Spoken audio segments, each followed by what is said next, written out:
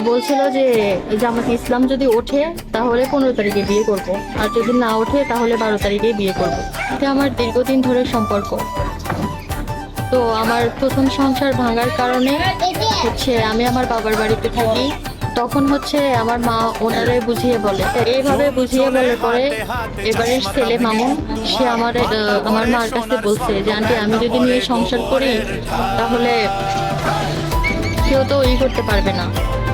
আমি যদি নিয়ে সংসার করি তাহলে কেউ কিছু বললেই বা কি, আমি সংসার করলে আমি ওরে খাওয়াবো পড়াবো, এখানে কে কি বলবে, হয়তো কয়েকদিন জায়গাটা কি করবে, কিন্তু 1-1.5 বছর পরে ঠিকই মেনে নেবে। তো এই কথা বলার পরে আমার ডিভোর্স হওয়ার পরে আমি আমার বাবার বাড়িতেই থাকি দীর্ঘ 7 মাসের মতো।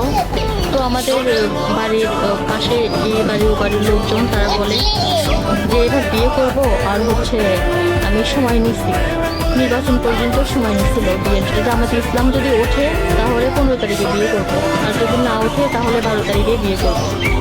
এভাবেই চালিয়ে যাই 7 মাস বাড়িতে আসার পরে। তো আসার পরে এর মধ্যে নির্বাচনের আগে ওর ব্যবহার করা ফোনটা নষ্ট হয়ে যায়।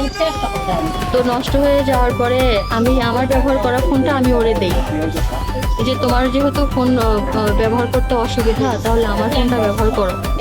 তারপরে কথা হয়, পরে নির্বাচন আসলে এভাবে কথা বলতো। নির্বাচনের আগের রাতেও ও 11টা পর্যন্ত আমাদের বাড়িতে ছিল। তখনও আমার হচ্ছে আম্মা ওরে জিজ্ঞেস করছে এই যে বাবা কালকে তো নির্বাচন, কিভাবে কি।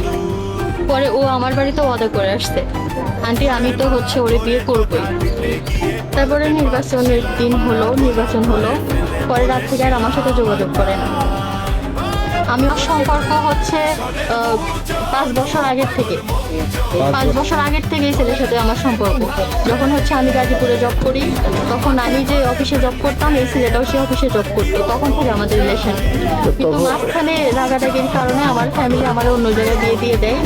তো হচ্ছে তারপর থেকেই আবার ওর সাথে আমার রিলেশন ভালো হয়। খাদিজা, আমি চাচ্ছি আমার যে তার সাথে আমার গভীর সম্পর্ক ছিল। আমার ফোনে কিছু ফটো ছিল, আমার ফোনে লক ছিল না।